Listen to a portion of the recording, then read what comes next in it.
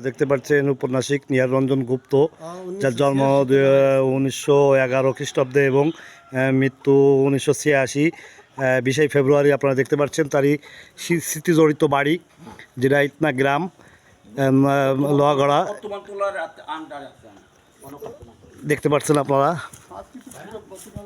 এবং বর্তমান সাংস্কৃতিক বিষয় মন্ত্রণালয়ের অধীনস্থ এই ইতনা লোহাগড়া এই নিহাররঞ্জন বাবুর বাড়ি আপনারা দেখতে পাচ্ছেন, সম্পূর্ণ বাড়ি।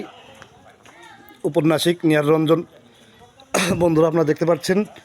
মোহাম্মদ আশরাফুল হক চৌধুরী স্থানীয় কার্যালয় ইতনা লোহাগড়া নড়াইল শুভ উদ্বোধন করেন জেলা প্রশাসক নড়াইল।